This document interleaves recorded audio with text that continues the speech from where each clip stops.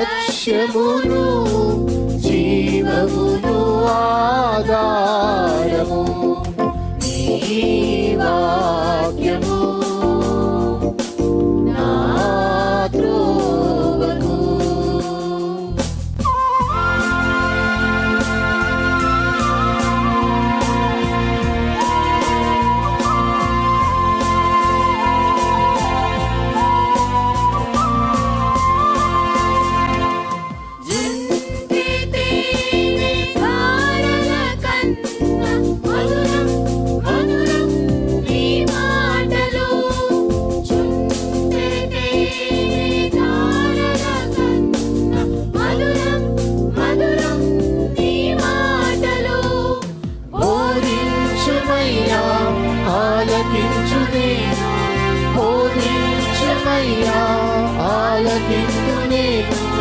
అనుసరింతునయ్యా ఆత్మశక్తితో, అనుసరింతునయ్యా.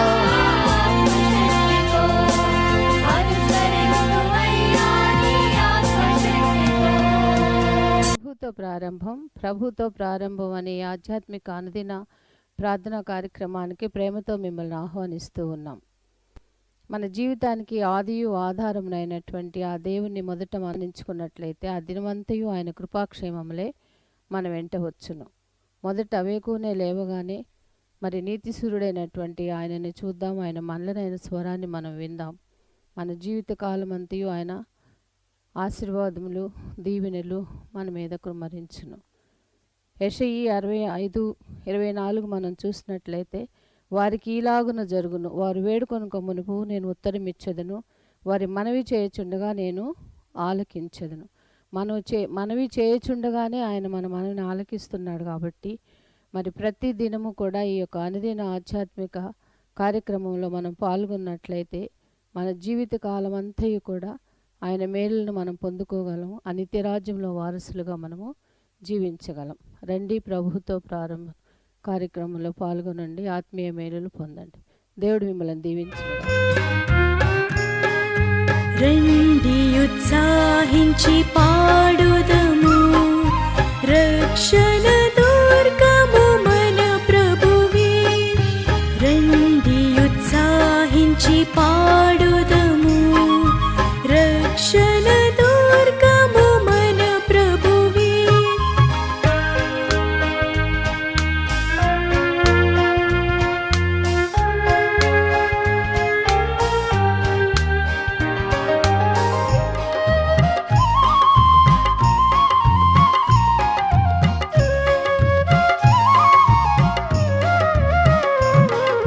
రండి కృతజ్ఞత స్తోత్రముతో రారాజు సన్నిధికి గుదము, సత్ప్రభు నామము కీర్తనలన్ సంతోషగానము చేయుదము.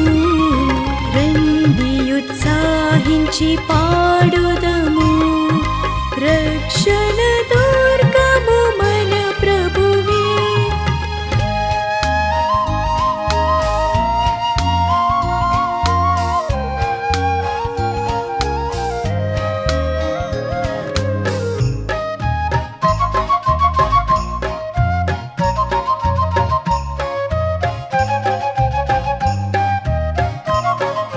మన ప్రభువే మహదేవుండు, ఘనమాహాత్మ్యము గల రాజు. భూమ్యాగాధపు లోయలను భూధర శిఖరములాయనవే. రండి ఉత్సాహించి పాడుదము, రక్షణ దుర్గము మన ప్రభువే. క్రీస్తునందు ప్రియమైన దేవుని సంగమా, మరొక నూతన దినమును దేవుడు మనకు అనుగ్రహించాడు. దేవుని దయా సంకల్పాన్ని బట్టి అనుదినము దేవుని వాక్యాన్ని ధ్యానం చేస్తున్నాం. ఆ వాక్య వెలుగులో మన జీవితాన్ని సరిపోల్చుకుంటున్నాం, సవరించుకుంటున్నాం, సరిచేసుకుంటున్నాం. దేవునికి స్తుతులు చెల్లిస్తున్నాం. ఈ రీతిగా దేవుని వాక్యంలో మనము అనుదినము వర్ధిల్లుటకు దేవదేవుడు మనకు అనుగ్రహించిన తరుణాన్ని బట్టి దేవునికి స్తుతులు చెల్లిస్తున్నాను. ప్రత్యేకించి ఆదికాండం మొదలుకొని వరుస క్రమంలో మనం ధ్యానం చేస్తున్నాం. వివిధ పాఠ్యాంశములు వాటి వెనుక ఉన్న భావాన్ని తెలుసుకోవడానికి ప్రయత్నం చేస్తున్నాం. ఈ ప్రయత్నంలో నాతో కలిసి సహభాగస్తులుగా ప్రోత్సహించేవారుగా మీరందరూ ఉన్నందుకు మిమ్మును బట్టి దేవునికి స్తుతులు చెల్లిస్తున్నాను. వినువారు లేకపోతే చెప్పేవారికి ఆశ ఆసక్తి ఉండదు కదా. ఒక పాఠశాలలో కానీ కళాశాలలో కానీ విద్యార్థులు లేకుండా మరి ఆ ఉపాధ్యాయుడు నిలబడి బోధించడం అనేది అది చాలా కష్టం, ఇబ్బందికరం కూడా. కాబట్టి విద్యార్థులు అధికంగా ఉంటే అధిక ఆసక్తి ఆ బోధకునికి, ఆ టీచర్కి ఉంటుంది. కాబట్టి మీలో కలుగుతున్న ప్రోత్సాహాన్ని బట్టి దేవునికి స్తుతులు చెల్లిస్తూ మరొక దినం రండి అందరం కలిసి మరి ఈ వారాంతములో దేవుని వాక్యాన్ని ధ్యానం చేద్దాం, ప్రార్థన చేద్దాం. కృపగల దేవా, దయగల తండ్రి, మీ పాదములకు స్తోత్రము చెల్లిస్తున్నాం నాయన. నీ ఉచితమైన దయా సంకల్పాన్ని బట్టి మమ్మల్ని ప్రేమించి మీరు అనుగ్రహిస్తున్న ఆధ్యాత్మిక ప్రబోధాల బట్టి స్తుతులు చెల్లిస్తున్నాం. నీ లేఖనాల్లోంచి అనేక అంశాలు మాకు మీరు బోధిస్తున్నారు. అవి ఆలకించి వ్యక్తిగత జీవితానికి అన్వయించుకొని అనుసరించుటకు మీ కృప మా మీద ప్రసరింప చేయమని మా రక్షకుడైన యేసు నామమున అడిగి వేడుకొంచున్నాం తండ్రి, ఆమెన్. స్నేహితులారా, నేటి వరకు ఏర్పాటు చేయబడిన లేఖన భాగం రాజుల మొదటి గ్రంథము 5వ అధ్యాయము 1వ వచనం. తరువాత తూరునకు రాజైన హీరాము తన తండ్రికి బదులుగా సొలొమోను పట్టాభిషేకమునందునని విని తన సేవకులను సొలొమోను వద్దకు పంపెను. ఏలనగా హీరాము ఎప్పటికీ దావీదుతో స్నేహముగా ఉండెను. స్నేహితులారా, గత దినం వరకు కూడా ఈ సొలొమోను కలిగిన ఆ దర్శనంలో దేవునితో కలిగిన సంభాషణలు మనం ధ్యానం చేశాం.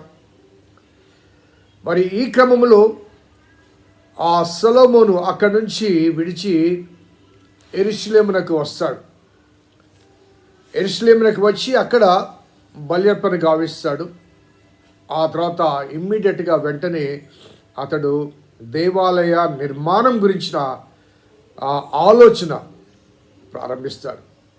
అనగా తండ్రి చివరి గడియల్లో ఆ తండ్రికి ఉన్న ఆశ, ఆసక్తి ఏదైతే ఉందో అది నెరవేర్చడానికి ప్రథమ ప్రాధాన్యత మరి సొలొమోను ఇచ్చినట్లుగా, అనగా దేవుని నివాసానికి ప్రథమ ప్రాధాన్యత ఇచ్చినట్లుగా మనము గమనించవచ్చు.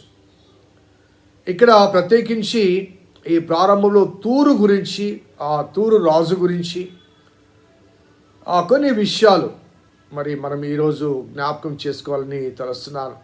ఎందుకంటే తూరు అనే ఈ పట్టణము, అదే రీతిగా ఆ తూరు రాజ్యము నాకు ఇశ్రాయేలు రాజ్యానికి ఉన్న ఆ సంబంధ బాంధవ్యాలు, వాటి గురించి కొంత నేపథ్యం కొత్త నిబంధనలు కూడా కనిపిస్తుంది. కాబట్టి ఆ విషయాన్ని కొంత మనము మరి పాత కొత్త నిబంధనలు వచ్చి కొంత తెలుసుకోవడానికి మనం ప్రయత్నం చేద్దాం.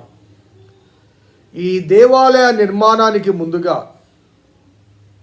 ఇక్కడ రాయబడ్డ మాట ఏంటంటే, తూరు రాజైన హీరాము ఎప్పటికీ దావీదుతో స్నేహము కలిగి ఉండెను. ఎప్పటికీ దావీదుతో స్నేహము కలిగి ఉండెను అనే మాట. సో ఆ స్నేహం గురించి ఒక మాట మనం ముందుగా 2వ సమూయేలు గ్రంథము 5వ అధ్యాయం 2వ సమూయేలు గ్రంథం 5వ అధ్యాయము 11వ వచనంలో, తూరు రాజగు హీరాము దూతలను, దేవదారు మ్రానులను, వడ్రంగులను, కాసెపని వారిని పంపగా వారు దావీదు కొరకు ఒక నగరిని కట్టిరి. అనగా సొలొమోన్ దేవాలయ నిర్మాణానికి ముందుగా ఈ తూరు రాజుకు దావీదుకు స్నేహం ఉంది అన్న విషయాన్ని తెలియచేయటానికి, మరి దావీదు కాలంలో దావీదు తన నగరిని నిర్మించడానికి ఆ ఆలోచన కలిగినప్పుడు ఈ తూరు రాజు మ్రానులను అదే రీతిగా పనివాడిని పంపించినట్లుగా దావీదు యొక్క నగరిని నిర్మాణం కొరకు సహాయం చేసినట్లుగా కనబడుతుండగా దావీదు పట్ల తూరు రాజు స్నేహంగా ఉన్నాడు అన్న వాస్తవాన్ని మరి ఆ ఎగ్జాంపుల్ మనకు జ్ఞాపకం చేస్తుంది. మరి ఆ స్నేహాన్ని పురస్కరించుకొని దావీదు తర్వాత సొలొమోను కాలంలో కూడా ఆ రాజు మరి ఆ ఇశ్రాయేలు ప్రజలతో, ఇశ్రాయేలు రాజ్యముతో స్నేహ సంబంధాలు కలిగి ఉన్నాడు. కాబట్టి మరి తూరు రాజు తన తండ్రికి బదులుగా సొలొమోను పట్టాభిషేకం పొందాడన్న సంగతి తెలిసి స్నేహ వర్తమానం పంపిస్తాడు. అనగా initiation was from the king of Tyre. ఆ సందర్భంలో అక్కడ ఆ సొలొమోను అతనితో మాట్లాడిన మాటలు మనం చూస్తే 2వ వచనం, యెహోవా నా తండ్రి అయిన దావీదు శత్రువును అతని పాదముల కింద అణచు వరకు అన్ని వైపులా యుద్ధం అతను కలిగి ఉండెను. తన దేవుడైన యెహోవా నామ ఘనతకు అతడు మందిరము కట్టింప వీలు లేకపోయిన సంగతి నీ వెరుగుదువు. ఇప్పుడు శత్రువు ఒకడు లేకుండా అపాయమేమీ కలగకుండాను నా దేవుడైన యెహోవా నలుదిశలో నాకు నెమ్మది దయచేసినాడు. కాబట్టి నీ సింహాసనం మీద నేను నీకు బదులుగా కూర్చుండబెట్టు నీ కుమారుడు నా నామ ఘనత నిమిత్తం ఒక మందిరము కట్టించునని యెహోవా నా తండ్రి అయిన దావీదునకు సెలవిచ్చినట్టు నా దేవుడైన యెహోవా నామ ఘనతకు మందిరం కట్టించుటకు నేను ఉద్దేశం గలవాడనై ఉన్నాను. లెబనోనులో దేవదారు మ్రానులను నరికించుటకై నాకు సెలవిమ్ము. నా సేవకులను నీ సేవకులు కలిసి పనిచేయుదురు. మ్రానులను నరుకుటందు సీదోనీలకు సాటి అయిన వారు మాలో ఎవరూ లేరని నీకు తెలియను కదా. గనుక నీ ఏర్పాటు చొప్పున నేను నీ సేవకులకు జీతము నీకు ఇచ్చెదను. హీరాము సొలొమోను చెప్పిన మాటలు విని బహుగా సంతోషపడి ఈ గొప్ప జనమును ఏలుటకు జ్ఞానము గల కుమారుని దావీదునకు దయచేసిన యెహోవాకు ఈ దినమున స్తోత్రము కలుగును గాక అని చెప్పి సొలొమోనుకు ఈ వర్తమానం పంపెను. నీవు నా యొద్దకు పంపిన వర్తమానం నేను అంగీకరించితిని. దేవదారు మ్రానుల గుర్చియు సరళపు మ్రానుల గుర్చియు నీ కోరిక అంతటి ప్రకారం నేను చేయించదను. నా సేవకులు వాటిని లెబనోను నుండి సముద్రం వద్దకు తెచ్చెదరు. అప్పుడు వాటిని తెప్పలుగా కట్టించి నీవు నాకు నిర్ణయించిన స్థలమునకు సముద్రం మీద చేరట్లు చేసి అక్కడ అవి నీకు అప్పగించబడు బందోబస్తు నేను చేయుదును. నీవు వాటిని తీసుకుందువు. ఇందును గూర్చి నీవు నా కోరిక చొప్పున జరిగించి నా ఇంటి వారి సంరక్షణ కొరకు ఆహారము ఇచ్చెదవు. హీరాము సొలొమోనుకు ఇష్టమైనంత మట్టుకు దేవదారు మ్రానులను సరపు మ్రానులను పంపించగా సొలొమోను హీరామునకు అతని ఇంటి వారికి సంరక్షణకు ఆహారముగా 2,00,000 తూముల గోధుమలను 3,800 పళ్ళ స్వచ్ఛమైన నూనెను పంపించెను. ఈ ప్రకారము సొలొమోను ప్రతి సంవత్సరము హీరామునకు ఇచ్చుచూ వచ్చెను. So this was the treaty, వీరి మధ్య జరిగిన ఒక సంబంధం. అనగా మనం బైబిల్ పటాన్ని చూడండి. బైబిల్ గ్రంథంలో చివరిలో ఈ మ్యాప్ ఉంటుంది. ఆ మ్యాప్లో ఈ తూరు సీదోనులు అవి రేవు పట్టణాలు ఆ మధ్యంతర సముద్రపు క్రమంలో, ఆ వరుస క్రమంలో గీత చొప్పున ఆ పట్టణాలు 2 మనకు కనబడతాయి. కాబట్టి సముద్ర తీరమున ఉన్న ఆ పట్టణాలు, అక్కడ లెబనోను పర్వతాలు ఉన్న పర్వత శ్రేణి ఉంది. కాబట్టి లెబనోను పర్వతం గురించి బైబిల్లో చాలా చక్కగాని విశ్లేషణ కూడా ఉంది. మరి అచ్చట మంచి సిదారు ఆ వృక్షాలు, దేవదారు వృక్షాలు. సో ఆ సముద్ర తీరమున ఉన్నటువంటి ఆ తూరు సీదోను పట్టణంలో నుంచి నేను మ్రానును పంపిస్తాను. దానికి ప్రతిగా నీవు నా సేవకులకు నా ఇంటి వారికి ఆహారం ఇచ్చదు. అనగా తూరు పట్టణం నుంచి కలప, ఇశ్రాయేలు దేశం నుంచి ఎక్స్చేంజ్గా ఆహారము. ఆ రీతిగా వారిద్దరి మధ్య ఈ సంబంధ బాంధవ్యాలు, ఈ ట్రేడ్ అండర్స్టాండింగ్ అనేది కలుగుతూ ఉంది. అనగా ఆ దేశంలో ఆహారం యొక్క కొరత ఉంది అన్న వాస్తవాన్ని ఇక్కడ ఈ మాటల్లో తెలియచేయబడుతుంది. సో కొరత ఆనాడు మాత్రమే, ఆ తర్వాత కాలంలో కూడా ఈవెన్ యేసు ప్రభు వారి కాలంలో కూడా ఈ కొరత ఉన్నట్లుగా ఒక చిన్న ఎగ్జాంపుల్ నేను మీకు చూపిస్తాను. కొత్త నిబంధనలో అపోస్తుల కార్యం గ్రంథము 12వ అధ్యాయం 20వ వచనం.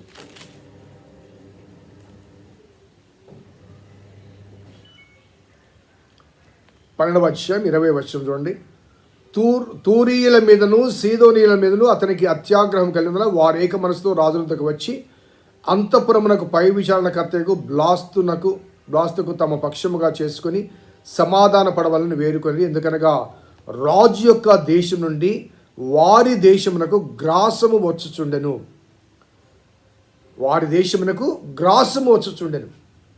తూరు దేశానికి ఎక్కడి నుంచి? ఆ హేరోదు పరిపాలిస్తున్నటువంటి యూదయ దేశం నుంచి వారికి గ్రాసము వస్తుంది. సో కాబట్టి వారికి ఆహార కొరత ఉంది, వీరికి కలప కావాలి. కాబట్టి ఆ కలప కొరకు మరి వారి మధ్య ఒక అవగాహన కలుగుతుంది. మరి ఆ తర్వాత మరి ఆ విషయాన్ని ఈ హీరాము రాజు స్పందిస్తున్నప్పుడు ఇదే విషయం మనకు మొదటి దినవృత్తాంతల గ్రంథంలో కూడా 2వ దినవృత్తాంత గ్రంథంలో కూడా కనబడుతుంది. అక్కడ కూడా ఆ రెఫరెన్స్ నేను చూస్తాను. 2వ అధ్యాయం 2 క్రానికల్ 2వ అధ్యాయంలో 11వ వచనం చూడండి. అప్పుడు తూరు రాజైన హీరాము సొలొమోనుకు రాసి పంపిన ఉత్తరం ఏమనగా, యెహోవా తన జనమునకు స్నేహించి నిన్ను వారి మీద రాజుగా నియమించినాడు. యెహోవా ఘనత కొరకు ఒక మందిరము, నీ రాజ్య ఘనత కొరకు ఒక నగరును కట్టించడానికి తగిన జ్ఞానమును తెలివియు గల బుద్ధిమంతుడైన కుమారుని రాజైన దావీదుకు దయచేసిన భూమి ఆకాశముల సృష్టికర్త యెహోవా ఇశ్రాయేలు దేవుడైన యెహోవా స్తుతివంతుని గాక. తెలివియు వివేచన గల హూరాము అనే ఒక చురుకైన పనివాడిని నేను ఇందుకు పంపుచున్నాను. అతడు దాను వంశపు రాలగు ఒక స్త్రీకి పుట్టినవాడు, వాని తండ్రి తూరు సంబంధమైన వాడు అంటూ 14వ వచనం చివరిలో సకల విధముల చెక్కడపు పనియందును మత్సులు కల్పించేందుకు యుక్తిగల నీ పనివారికి నీ తండ్రి అయిన దావీదు అను నా ఏలినవాడు నియమించిన ఉపాయశాలకును. అలాగే 15వ వచనంలో ఇప్పుడు నా ఏలినవాడు చెప్పిన గోధుమలను యవల నూనెను ద్రాక్షరసం నీ సేవకుల చేతికిచ్చి వారి సాగనంపినడలా. అనగా తూరు రాజు దావీదును కానీ తర్వాత సొలొమోనును కానీ ఏమని పిలుస్తాడు? నా ఏలినవాడు. అనగా సబార్డినేషన్, ఆ గౌరవాన్ని కానీ ఆ గుర్తింపుని కానీ ఆ తూరు రాజు ఇస్తున్నట్లుగా నా ఏలినవాడు అనే మాట చెప్తున్నట్టుగా మనము గమనించవచ్చు. ఈ క్రమంలో ఆ తర్వాత కాలంలో అనగా దావీదు సొలొమోను వెడలిపోయిన తర్వాత ఆ తర్వాత కాలంలో ఈ తూరు ఆ రాజులు అందరూ వెళ్ళిపోయిన తర్వాత తూరు సీదోనులు ఇశ్రాయేలుకు మరి వ్యతిరేకులయ్యారు. బహుశా ఈ ఆహార కొరత కావచ్చు, లేకపోతే వారి మధ్య కలిగిన ఈ ట్రీటీ నిబంధనలు ఆ తర్వాత రాజులు మరి విస్మరించడం కానీ, లేకపోతే ఈ స్నేహ సంబంధాలు తొలగిపోవడం కానీ ఇవన్నీ మనకు కనబడతాయి. కాబట్టి వీరు వ్యతిరేకిస్తారు. ఆ విషయాన్ని యెషయా గ్రంథంలో పలుమారు మనకు చూపించబడింది. యెహెజ్కేలు గ్రంథంలో ఒక రెఫరెన్స్ మీకు చూపిస్తాను. యెహెజ్కేలు గ్రంథంలో 27వ అధ్యాయం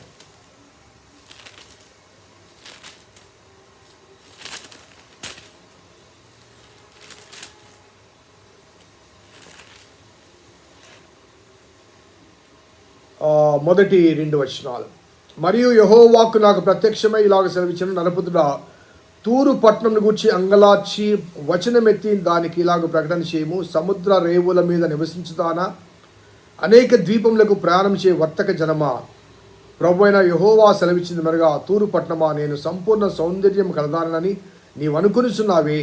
నీ సరిహద్దులు సముద్రుల మధ్య ఏర్పడను. నీ శిల్పకారులు నీ సంపూర్ణ సౌందర్యం కలదానిగా చేసుకున్నారు. నీ ఓడలను శనీరు దేశపు సరళం రాతో కట్టుదువు, లెబనాను దేవదారం రాను తెప్పించి ఈ ఓడ కొయ్యలను కట్టుదువు అంటూ 28వ అధ్యాయానికి అది కంటిన్యూ చేస్తూ 28వ అధ్యాయంలో యెహోవాకు నాకు ప్రత్యక్షమై ఇలాగ సెలవిచ్చిన, నరపుత్రుడా, తూరు అధిపతితో ఇలాగ ప్రకటించము.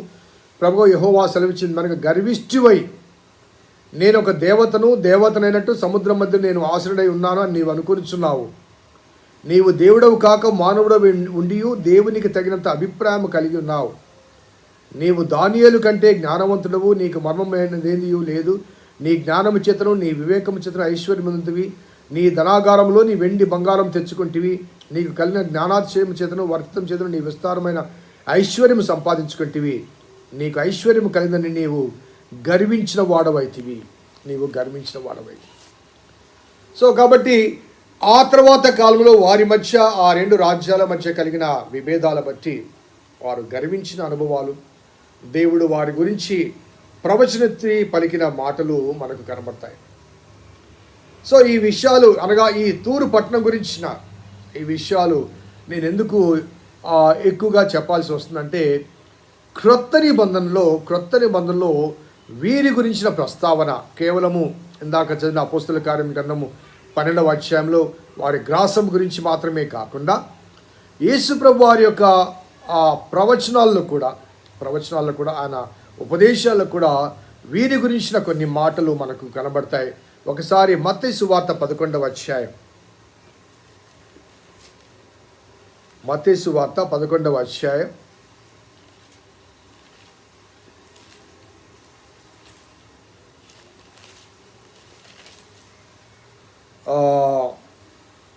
20-21 వచనాలు చూద్దాం.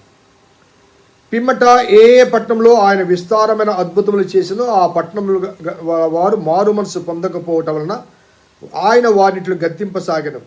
అయ్యో కొరాజీనా, అయ్యో బెత్సైదా, మీ మధ్య చేయబడిన అద్భుతములు తూరు సీదోను పట్టణంలో చేయబడిన ఎడల ఆ పట్టణంలో వారు పూర్వమే గోనె పట్ట కట్టుకొని బూడిద వేసుకుని మారు మనసు పొంది ఉందురు. విమర్శించిన మందు మీ గతి కంటే తూరు సీదోను పట్టణంలో గతి ఓర్వదగనై ఉండుదని వారితో చెప్పారు. అనగా మరి ఆ తూరు సీదోను పట్టణముల గురించి చెబుతూ, మరి మీ మధ్య అనేకమైన అద్భుతాలు చేశానే కొరజినా, బత్సైదా, మరి మీ మధ్య చేయబడిన అద్భుతాలు వారి మధ్య చేసింటే వారు గోనె పట్ట కట్టుకొని మారు మనసు పొంది ఉందురు అనే ఆ మాటలు అక్కడ వ్రాయబడ్డాయి. ఇదే విషయాన్ని మరి మత్తయి సువార్త 15:21 కూడా చూద్దాం. అక్కడ కనాను స్త్రీ గురించి వ్రాయబడ్డ మాట మనకు కనబడుతుంది. యేసు అక్కడి నుంచి బయలుదేరి తూరు సీదోన్ల ప్రాంతంలోకి వెళ్ళగా, ఇదిగో ఆ ప్రాంతం నుంచి కనాను స్త్రీ ఒకటి వచ్చి, ప్రభువా దావీదు కుమారుడా, నన్ను కరుణించుము, నా కుమార్తె దయ్యం పెట్టి బహు బాధపడుచున్నదని కేకలు వేసెను. ఈ వృత్తాంతం మనం చదువుకోవచ్చు. కానీ ఇక్కడ కనాను స్త్రీ తూరు సీదోను ప్రాంతం నుంచి యేసయ్య దగ్గరికి వచ్చింది. ఇక్కడ యేసయ్య దగ్గరికి ఆమె వచ్చిందని వ్రాయబడింది. కానీ ఒక రకంగా చూస్తే యేసయ్యే ఆ ప్రాంతానికి, తూరు సీదోను ప్రాంతానికి వెళ్ళినట్లుగా మనకు గమనించవచ్చు. ఎందుకంటే 15వ అధ్యాయం ప్రారంభంలో మరి ఆ సమయమున యెరూషలేము నుండి శాస్త్రులు పరిసయ్యులు యేసు వద్దకు వచ్చి అనే మాట, అనగా యెరూషలేములో యేసు వద్దకు వచ్చిన ఈ శాస్త్రులు పరిసయ్యులు వారి గురించి మాట్లాడిన మాటలు. ఆ తర్వాత అక్కడి నుంచి మరి 29వ వచనం చూస్తే యేసు అక్కడి నుంచి వెళ్ళి గలిలయ సముద్ర తీరమునకు వచ్చారు. యెరూషలేము అనేది యూదయ ప్రాంతంలో ఉంది. ఈ గలిలయ సముద్ర తీరానికి వెళ్ళే ఆ పరిస్థితుల మధ్య తూరు సీదోను మీదుగా వెళ్తాడు. అనగా ఈ కనాను స్త్రీ అక్కడికి వచ్చి యేసుప్రభు వారితో మాట్లాడిన ఈ సంభాషణ యేసుప్రభు వారు ముందుగానే, అనగా యోహాను సువార్త 4వ అధ్యాయంలో సమరయ స్త్రీ ఆ బావి దగ్గరికి వస్తుందని తెలిసి ఆయన సమరయ గుండా పోవలసి వచ్చును అని వ్రాయబడ్డ మాటను బట్టి, మరి యూదయ నుంచి గలిలయకి వెళుచుండగా ఆయన సమరయ గుండా ఎలా వెళ్ళాడో అదే రీతిగా యూదయ నుంచి గలిలయకి వెళుచుండగా ఆయన తూరు సీదోన్ల మీదుగా వెళ్ళాడు. అనగా అక్కడికి వెళ్ళడం ద్వారా ఈ కనాను స్త్రీ ఆయన దగ్గరికి వచ్చింది. అక్కడ సమరయ గుండా వెళ్ళినప్పుడు సమరయ స్త్రీ వచ్చింది. ఇక్కడ తూరు సీదోన్ల గుండా వెళుచుండగా కనాను స్త్రీ అక్కడికి వచ్చింది. అనగా ఆ వృత్తాంతము తెలియచేయడానికి దేవుడు యేసయ్య స్వయంగా అక్కడికి వెళ్ళాడని భావించవచ్చు. ఆ తూరు సీదోన్ల పట్టణం గురించిన ఆ విషయాన్ని మరి 3 సువార్తల్లో, మార్కు సువార్త 3:8, అదే రీతిగా లూకా సువార్త 6:17 కూడా ఈ కనాను స్త్రీ గురించి, ఈ తూరు సీదోను ప్రాంతం నుంచి వచ్చిన ఈ స్త్రీ గురించి రాయబడింది. So God was interested in the cities, even though they are not belongs to the chosen race. ఏర్పరచబడిన జనాంగానికి వారు వారు ఒకటి కాకపోయినప్పటికీ కూడా దేవుడు వారి పట్ల శ్రద్ధ కలిగి ఉన్నాడు. మరి ఇటువంటి శ్రేష్టమైన ఈ తూరు పట్టణం గురించి మరి సొలొమోనుకు ఆ దేవాలయ నిర్మాణానికి వారు సహాయం చేశారు. మరి అంత మాత్రమే కాకుండా యెరూషలేములోని ఆ శ్రేష్టమైన పరిశుద్ధమైన దేవుని నివాసముగా నిర్మించబడిన ఆ దేవాలయానికి కావలసిన కలప యావత్తు తూరు ప్రాంతం నుంచి ఆ లెబానోను పర్వత శ్రేణి నుంచి సేకరించబడింది. అనగా తూరు పనివారు ఈ దేవాలయ నిర్మాణంలో ప్రధాన పాత్ర పోషించారు. కేవలం ఇశ్రాయేలు మాత్రమే కాదు, ఆ శృంగారమైన ఆ దేవాలయాన్ని నిర్మించడంలో తూరు దేశపు రాజు కానీ అతని పనివారు కూడా మరి వారు పని చేశారు. వారి నైపుణ్యాన్ని మరి వారు అక్కడ ప్రదర్శించారని చెప్పక తప్పదు. కాబట్టి తూరును తప్పనిసరిగా మనము గుర్తుంచుకోవాలి. ప్రార్థన చేద్దాం. కృపగల దేవా, దయగల తండ్రి, మీ పాదములకు స్తోత్రము చెల్లిస్తున్నాం నాయన. నీ ఉచితమైన దయా సంకల్పాన్ని బట్టి అనేకమైన ఆధ్యాత్మిక విషయాలు, చారిత్రాత్మక విషయాలు మేము నేర్చుకుంటున్నాం. ప్రభా, స్తుతులు చెల్లిస్తూ మరి ప్రభా, యూదేతరులైనప్పటికీ కూడా ఆ తూరు రాజు కానీ ఆ ప్రజలు కానీ దేవాలయ నిర్మాణంలో ఎటువంటి పాత్ర పోషించారో ఆ విషయాన్ని గమనించి గ్రహించి ప్రభా, వారిని బట్టి ప్రభా నీకు స్తుతులు చెల్లిస్తున్నాం. ఆ రీతిగా నీవు అందరికీ ప్రభు అన్న వాస్తవాన్ని మరొకసారి మేము జ్ఞాపకం చేసుకుంటూ సమస్త ఘనత మహిమ ప్రభావం మీకే ఆరోపిస్తూ మా రక్షకుడైన యేసు నామమున అడిగి వేడుకొంచున్నాం తండ్రి. ఆమెన్. తండ్రి, కుమార పరిశుద్ధాత్మ త్రియేక దేవుని దీవెన ఈ వాక్యం విన్న బిడ్డలకు, వాక్యాభిలాషులకు సదా తోడేయును గాక. ఆమెన్. God bless you. దేవుడు దీవించును గాక.